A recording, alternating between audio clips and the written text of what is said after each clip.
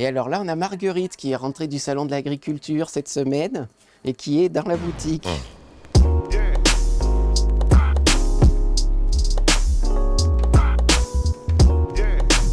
Parce qu'on a tellement une multitude de sujets qu'on sait jamais qui est qui. Donc au moins on leur donne un nom et entre nous, ça nous permet de les reconnaître tout de suite. La plus grosse période, ça va être Noël surtout. Mais après, effectivement, le deuxième pic se situe à Pâques. Mais Pâques, c'est très concentré sur 2-3 semaines. Tous les ans, on sort des décos particulières, des formes particulières pour essayer d'apporter un petit peu de nouveauté. Mais on reste aussi dans le traditionnel, œuf classique, basique, qui plaît toujours. Vous voyez, on peut partir sur des rayures à l'extérieur du moule. Là, à l'intérieur du moule, là, vous avez des coups de pinceau. Là, vous avez l'œuf dalmatien, vous voyez. Donc, c'est vraiment, on laisse libre cours à notre imagination. Là, hier, j'ai eu l'idée de faire des œufs rochés où j'ai inclus...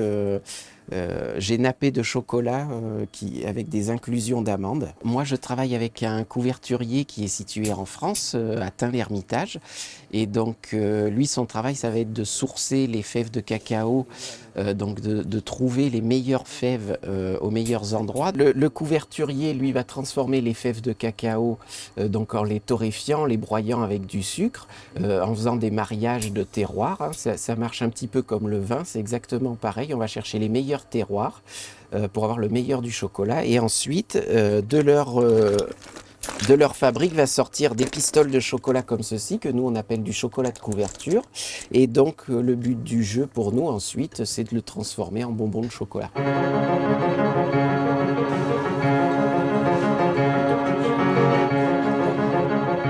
Et toujours mon meilleur ami, c'est lui. C'est mon pistolet à moi. Donc je suis toujours à vérifier que mon chocolat soit à bonne température. Donc là, je vois que mon chocolat est à bonne température.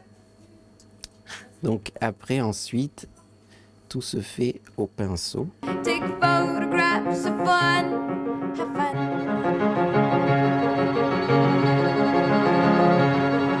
J'ai du mal à être saoulé avec le chocolat, c'est bizarre. Hein.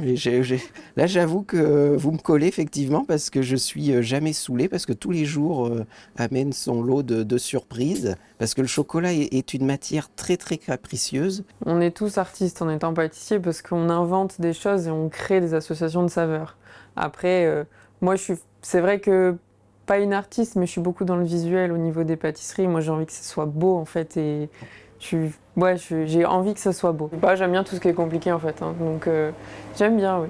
Qu'est-ce qui est compliqué dans le chocolat ? C'est surtout au niveau des courbes de température, c'est très compliqué. Il faut savoir, il faut qu'il soit à une certaine température pour pouvoir le travailler, donc c'est très délicat. Le moindre défaut de température, ou même où il faut prendre en compte les conditions extérieures aussi, la température du laboratoire, le taux d'humidité qu'il y a dans l'air, donc un jour de pluie ou un jour sec, on ne va pas travailler de la même façon. Donc il y a cet aspect technique qui va vraiment faire la différence entre un professionnel et un amateur.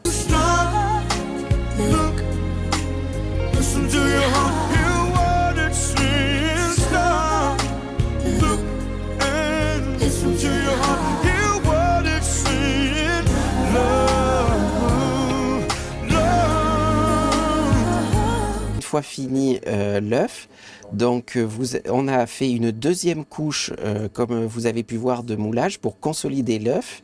Ensuite, avec un couteau, une raclette, on va ébarber le moule pour enlever toutes les barbes, pour avoir quelque chose de bien lisse et bien fini. Et ensuite, une fois que l'œuf a bien caillé, on va pouvoir le démouler comme ceci, voilà. Et là, vous avez un œuf avec une forme un petit peu originale. Voilà. En chocolat, c'est le début. Alors, je dirais que j'ai vendu des lapins. J'en ai plus, du coup, mais j'ai vendu des lapins, on va dire. Le lapin est toujours à la mode. Oui, je trouve en vrai, oui. Parce que c'est celui lequel, pour l'instant, que j'avais mis à la vente, qui est le plus parti. Donc, 45 40.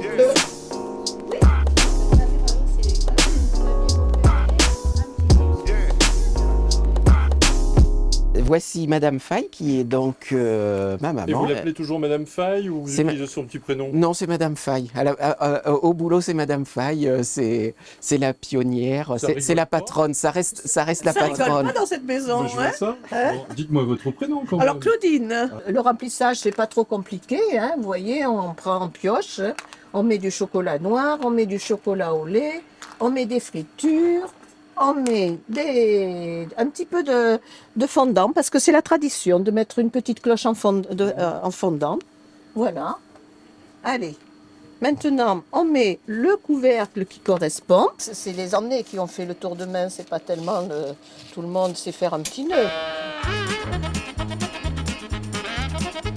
Elle a un coup de main pour le ficelage que personne n'a. Et donc, pour Pâques, c'est vraiment essentiel si on veut avoir un joli nœud sur son œuf. Il faut quand même que ça soit une qualité. Il n'y a pas de cochonnerie. Voilà, il n'y a pas de cochonnerie, il n'y a que de bonnes choses.